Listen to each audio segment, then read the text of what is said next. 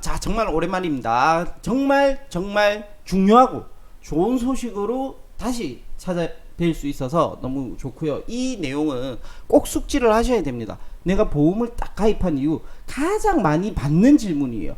그러니까 고객님 입장에서는 가장 많이 하는 질문이고, 제가 느끼기에는 가장 많이 받는 질문이죠. 자, 보험 가입 이후에 가장 많이 하는 질문이 뭘까요?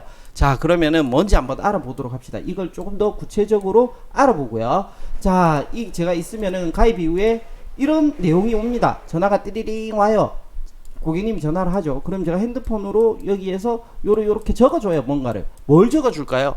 바로 제가요, 선생님 병원에 갈 거예요. 그런데 병원에서 지금 이 치료를 받았는데 바로 치료를 받으면 될까요? 이런 질문과 동시에 제가 보험금을 청구하려고 하는데 어떤 서류가 필요할까요? 이게 제일 많아요. 선생님, 제가 이제 병원에서 딱 치료를 받았단 말이에요. 그 보험금 청구를 하려고 하니까 서류가 필요해. 여기서 어떤 서류가 필요할까요? 이 질문을 굉장히 많이 받습니다. 그리고 다른컨대 가장 많이 하시는 질문이기도 할 거예요. 설계사분과 사이가 좋거나 설계사분에게 청구를 부탁하시거나 아니면 내가 좀 보상을 잘 받기 위해서 좀 신경 쓰시는 분은 그렇게 한단 말이에요.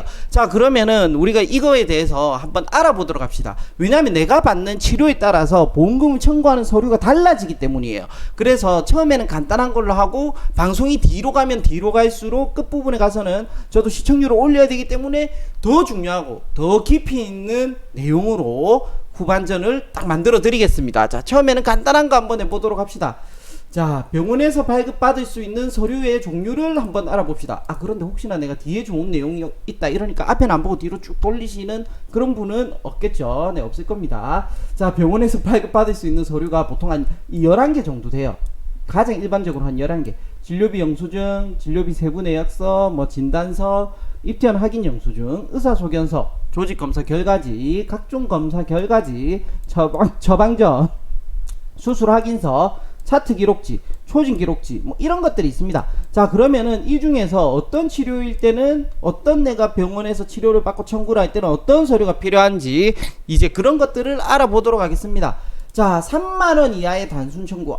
통원했는데 병원비 한 28,000원 나왔고 한 3만원 나왔어. 요 단순하게 청구하는 거죠. 별거 아니에요.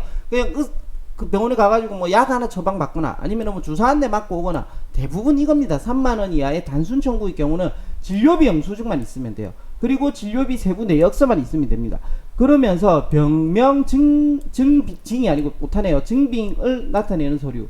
진단서, 이건 너무 비싸니까 오히려 배보다 배꼽이 더 크겠죠. 그리고 아니면 처방전에 보통 질병 코드가 있으면 되고요. 아니면 의사소견서에 질병 코드가 있으면 되거나 아니면 차트 기록지에 질병 코드가 있으면 됩니다. 이런 차트 기록지, 진료비 세부 내역서, 진료비 영수증은 얼마 안 해요. 이거 발급받는데. 그렇기 때문에 이렇게 받는 게 좋은데 나는 이걸 만약에 병명을 증빙하는 서류를 못 받았어. 그럼 진료비 영수증하고 진료비 세부 내역서만 있어도 돼요. 진료비 세부 내역서는 없어도 됩니다. 아예 진료비 영수증만 있어도 돼요. 왜? 그럼 무슨 근거로? 근거가 있습니다. 이 보이TV는 근거가 없는 방송을 하질 않습니다. 자, 어떤 근거로 이렇게 제가 말씀을 드리냐, 이게 아주 오래전에 나왔던 금감원의 권고사항이에요. 소액 통원 의료비는 청구를 간소화해라. 그러니까 얘들은 그냥 진료비 영수증만으로도 된다. 요렇게 나와 있는 겁니다. 동의사고에 대한 청구권당 3만원 이하의 통원 의료비에 대하여 보험회사는 병명 증빙 서류 없이 병원 영수증과 보험금 청구서만으로 보험금을 지급하라 라는 거예요. 그러니까 우리가 금액이 얼마 안 되는 거는 이 청구 간소화를 통해서 진료비 영수증만 가지고 그 설계사분에게 이런 질병으로 통원을 했습니다 하면 보험금 청구서에 병명 딱 적고 그냥 영수증만 딱 내셔도 무관하다는 뜻입니다. 그러니까 3만원 이하는 그냥 진료비 영수증만 보내주시면 된다, 이렇게 보시면 됩니다. 자, 그런데 이렇게 할 때, 통원할 때 한번 주의하셔야 될 게 있어요. 주의할 게 뭐냐면은 2009년 8월 이후에 표준화 실손으로 바뀌었죠. 모든 실손보험이 동일하죠. 모든 회사, 생명보험사, 손해보험사. 그런데 하나 주의할 사항이 있어요. 뭐냐? 약간은 똑같아요. 생명보험사, 손해보험사, 실손보험이. 그런데 통원 한도가 틀려요. 생명보험회사와 손해보험회사 통원 한도가 틀려요. 그러니까 생명보험사는 20만원이고 통원은 약제비가 10만원이에요. 손해보험사는 통원 한도가 25만원이고 약제비가 5만원이란 말이에요. 근데 내가 딱 예를 들어서 조금 고액의 치료 좀 통원하는 것 중에 제일 많이 하는 게 도수치료잖아요. 근데 내가 도수치료를 받아. 근데 내가 딱 도수치료를 받는데 그 병원에서 혹시 실손보험을 언제 가지고 계신가요? 물어봐요. 그러면서 뭐 나도 막 그 고객이 이야기할 거 아니에요. 그 환자분이 내가 2009년 10월 달에 실손보험을 가입했어요. 그랬더니 그 이제 병원도 좀 아는 거죠. 그래서 그러면은 25만 원짜리 했을 때 통원 한도가 됩니다. 이렇게 해서 25만 원짜리를 딱 10회를 했어요. 그런데 알고 봤더니 50만 원 손해를 보는 거예요. 왜? 내 실손보험은 생명보험사에 있었거든요. 그래서 20만 원밖에 안 되는 거야. 그 5만 원은 다 내 돈이 나간 거예요, 이제. 그러니까 생명보험사는 통화 한도가 20, 손해보험사는 25만 원이기 때문에 내가 실손보험이 생명보험사인지 손해보험사인지 꼭 아셔야 되고, 그리고 그 병원에서 이야기하는 통화 한도에 내 실손 한도가 맞는지 안 맞는지 이런 것도 꼭 유의를 해 주셔야 됩니다. 자, 그러면은 또 이런 경우도 있습니다. 어떤 경우냐? 검사를 한 경우, 입원 통원 포함해서 내가 초음파 검사를 하든 뭐 MRI 검사를 하든 뭐 CT를 하든 무슨 검사를 하잖아요. 검사를 한 경우 이 검사를 위해서 입원을 하는 경우도 있고 그냥 단순히 통원하는 경우도 있습니다. 통원하면은 진료비 영수증이 있어야 돼요. 그리고 진료비 세부 내역서가 있어야 되고요. 입원을 해서 검사를 하는 경우는 입퇴원 확인 영수증과 진료비 세부 내역서가 있어야 돼요. 근데 통원을 하면 1번, 2번, 5번이 필요하고요. 2번을 하면 3번, 4번, 5번이 필요합니다. 그러면은 통원을 하든 입원을 하든 중요한 건 의사소견서가 있어야 되죠. 의사소견서가 있어야 되는 이유가 있습니다. 뭐 없어도 대부분 처리되긴 하지만 그래도 정확하게 하기 위해서는 원칙적으로는 의사소견서가 있는 게 좋아요. 1번, 2번만 가지고도 되긴 되지만 병명증빙 서류로도 되지만 애매한 경우가 있단 말이에요. 왜 그러냐? 이런 경우죠. 자, 요 약간의 또 근거가 있습니다. 약관을 보시면은요, 건강검진, 단, 검사 결과 이상 소견에 따라 건강검진센터 등에서 발생한 추가 의료 비용은 보상합니다. 그쵸? 우리가 건강검진을 딱 하는데, 예를 들어서 선생님 저 좀 설사가 나고 배가 아파요. 그래서 대장 수면 내시경을 했어요. 그런 거는 보상한다는 뜻이에요. 이게 추가 의료 비용은 보상합니다가 이런 뜻입니다. 단, 예방접종, 인공유산에 든 비용, 다만 회사가 보상하는 질병 치료를 목적으로 하는 경우에는 보상한다라고 되어 있어요. 그러니까 이게 의사 선생님이 검사를 단순 검사나 예방 차원에서 검사한 게 아니라 질병 치료를 목적으로 검사를 해야 했다는 게 필요하기 때문에 저 의사 소견서가 있으면은 조금 더 청구를 받으실 때 무리가 없다는 겁니다. 자, 그렇기 때문에 한 번 더 검사를 한 경우 입원을 하든 통원을 하든 우리가 필요한 건 진료비 영수증, 진료비 세부 내역서, 그리고 의사 소견서 요렇게까지 있으면은 거의 다 해결이 된다고 보시면 됩니다. 자, 그러면은 이제 입원을 했어. 나는 입원을 했는데 따로 검사를 한 건 아니고 그냥 뭐 단순히 입원을 하는 경우입니다. 입퇴원 확인 영수증이 필요하고요. 진료비 세부 내역서 필요해요. 근데 내가 만약에 수술을 했어요. 수술을 하면 수술 확인서 또는 의사 소견서 이렇게 입원을 해서 수술을 한 경우에 만약에 입원만 했다면 입퇴원 확인 영수증, 진료비 세부 내역서나 아니면 의사 소견서나 그 증빙 서류 있잖아요. 뭐 처방전이라든지 진료 차트라든지 질병 코드가 나올 수 있는 그런 것들이 필요하게 되겠습니다. 자, 그런데 이건 이제 또 이제부터 딱 본격적으로 시즌2가 시작되는 거예요. 이 청구 서류의 꽃이라고 할 수 있는 이런 것들을 한번 유심히 보십시다. 다치거나 아파서 수술 부위에 흉측한 모습이 남은 거예요. 내가 수술했더니 수술 자국 봉합을 딱 해가지고 보기가 싫어. 그래서 레이저 치료를 해야 되는 경우, 이런 경우가 굉장히 애매합니다. 보통은 이런 경우 하게 되면 통원을 하게 돼요. 입원을 잘 안 하죠. 요거 하는데 입원해가지고 막 이거 집중적으로 그렇게 하지 않는단 말이에요. 그래서 90%는 통원을 하게 된다 보시면 되고, 통원을 하니까 진료비 영수증이 필요하죠. 그리고 진료비 세부 내역서 필요할 거예요. 그리고 의사 소견서가 있어야죠. 질병 코드까지 넣어서, 상해 코드라든지 질병 코드 넣어서. 왜? 이거를요, 이 치료를 미용 목적으로 볼 수도 있어요. 보험회사가. 그렇기 때문에 의사 소견서가 필요한 거예요. 근데 여기서 정말 중요한 게 뭐냐면요, 의사 소견서가 필요한 시술이 있고요, 의사 소견서가 있더라도 저 레이저 치료가 만약에 비급여에 해당하게 되면 받기가 굉장히 까다로운 경우도 있습니다. 또 근거가 있습니다. 어떤 경우에 그렇게 이야기를 하냐, 한번 자세히 보도록 합시다. 이 위에 거 약관은요, 옛날 약관이에요. 옛날 약관이 아니라 요즘 약관이에요. 죄송합니다. 최근의 약관이고요. 요 아래 파란색은 아주 오래된 약관이에요. 2세대 실손보험 약관이에요. 자, 그러면은 여기에 동일한 질병, 하나의 질병이라 돼 있고, 동일한 질병은 요것만 볼게요. 의학상 중요한 관련이 있는 질병은 하나의 질병으로 간주하여 하나의 질병으로 2회 이상 치료를 받는 경우에는 이를 하나의 질병으로 봅니다라고 되어 있어요. 그쵸? 의학상 중요한 관련이 있는 질병은 하나의 질병으로 본다. 예를 들어서 우리가 수술을 했고 요 수술을 봉합 자국이 안 좋아서 레이저 치료를 할 때 이 두 가지가 하나의 질병으로 보일 수도 있고 안 보일 수도 있는 거예요. 왜? 여기 보시면은 의학상 중요한 관련이 있는 질병이라고 되어 있잖아요. 근데 이거는 요즘 약관이잖아요. 옛날 약관을 한번 볼게요. 이 약간이 실손보험이 우리가 뭐 받는 비율이 달라진다 이런 것도 중요하긴 한데 그것보다 더 중요한 거는 이런 약간의 세부적인 내용이 실손보험에 변경이 된다는 거예요. 그러면은 옛날의 실손보험은 앞에 같은 경우 내가 수술을 하거나 다쳤을 때 레이저 치료했을 때 보험회사가 만약에 비급여라서 못 주겠다. 이거는 미용 목적의 레이저다. 이렇게 했을 때 의사 선생님이 그래도 소견서를 적어주는 거예요. 이거는 치료 목적으로 인한 레이저입니다. 그렇게 적어줬을 때 요즘 실손보험은 그래도 분쟁이 많겠죠. 비급여 레이저라고 하면은. 근데 옛날 거는 사실 분쟁이 없어야 돼요. 왜?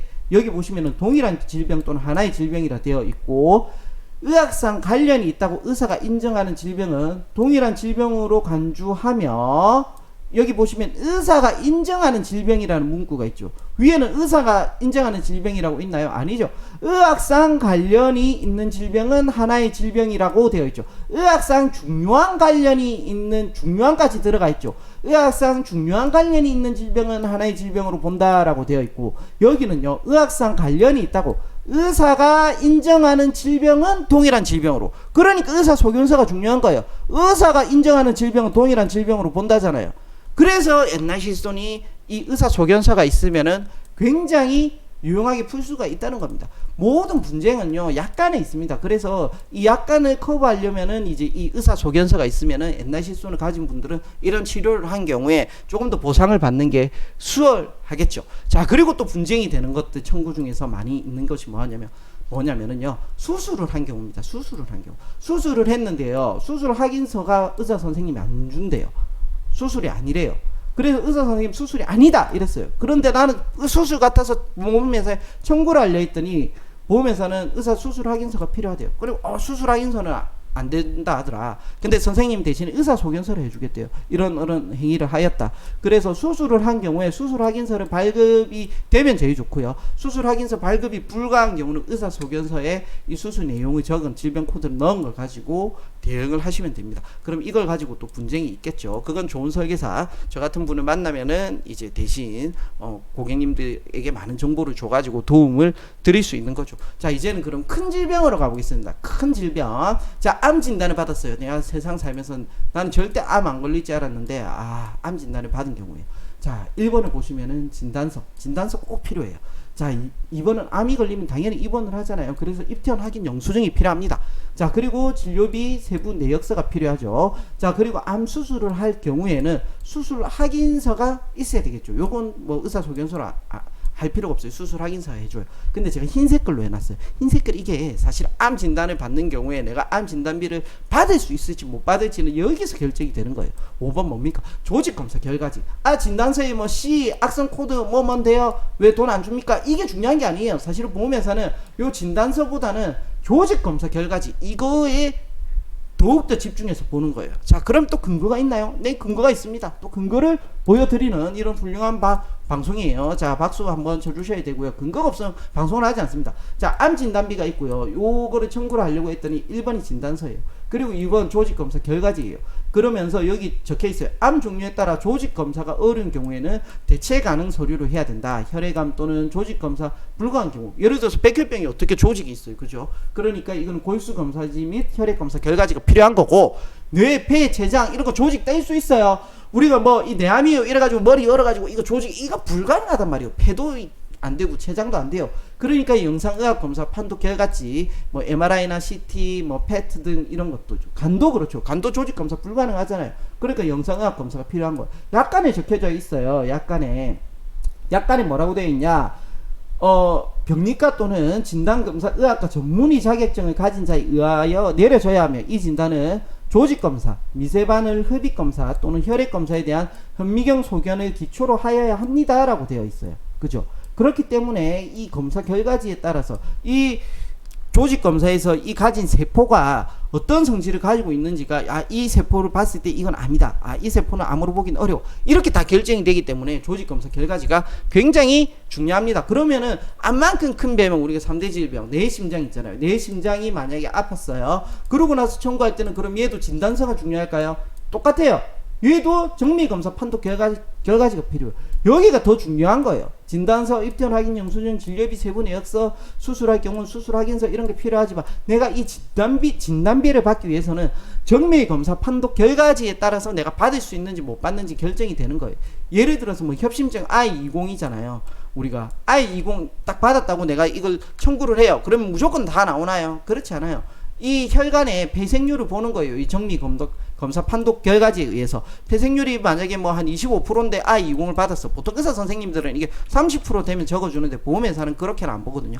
그래서 만약에 내가 30%를 받았어. 그래서 I20을 딱 청구했더니 보험회사는 이거 협심증이라고 보기 어렵습니다. 이렇게 될 수도 있다는 거예요. 그만큼 정밀검사 판독 결과지에 의해서 내가 받을 수 있는 건지 못 받는지가 결정이 나기 때문에 이 정밀검사 판독 결과지가 굉장히 중요합니다. 그래서 뇌질환 진단비, 심장질환 진단비 보면은 필요한 청구서에 진단서, 정밀검사 판독 결과지, 그리고 진료 차트, 응급실. 보통 우리가 뭐 심장이나 뇌는 딱 쓰러지잖아요. 그럼 응급실 빨리 간단 말이에요. 그래서 응급실, 초진, 초진 기록지 중요하죠. 왜냐하면 초진에 이렇게 돼 있을 수도 있어요. 3년 전에 머리가 아파서 한번 응급실 내원하였고 또 이렇게 돼 있으면 어떻게 고지사항 위반 이런 거 걸릴 수도 있거든요.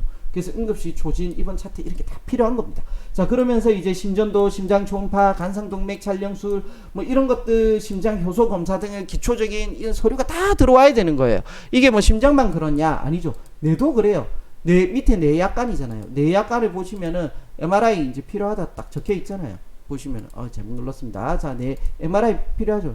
뇌 전사나 단층 촬영, 자기 공매, 뭐 양선자 반출 단층술 뭐 다 있어요. CT, MRI 이런 검사 결과지에 의해서 내가 지급받을 수 있는지 못 받는지 진단비가 여기에서 다 결정이 나기 때문에 암은 조직 검사 결과지가 핵심이고 뇌와 심장은 그 검사 판독 기록지가 아주 핵심이라는 거. 이거를 꼭 기억을 하셔야 됩니다. 그래서 우리가 지금 제가 전부 다는 아니지만 병원을 통해서 우리가 병원 이후에 설계사님 무슨 이거 검사했는데 무슨 치료가 필요할까요? 무슨 서류가 필요할까요? 이런 거 물어본단 말이에요. 그러면 그렇게 물어볼 때 이 방송을 통해서 핵심 포인트는 이거니까 내가 이런 서류를 잘 준비해야 되겠구나. 이런 기억을 꼭 하시기 바라겠습니다. 자, 이상입니다. 안녕.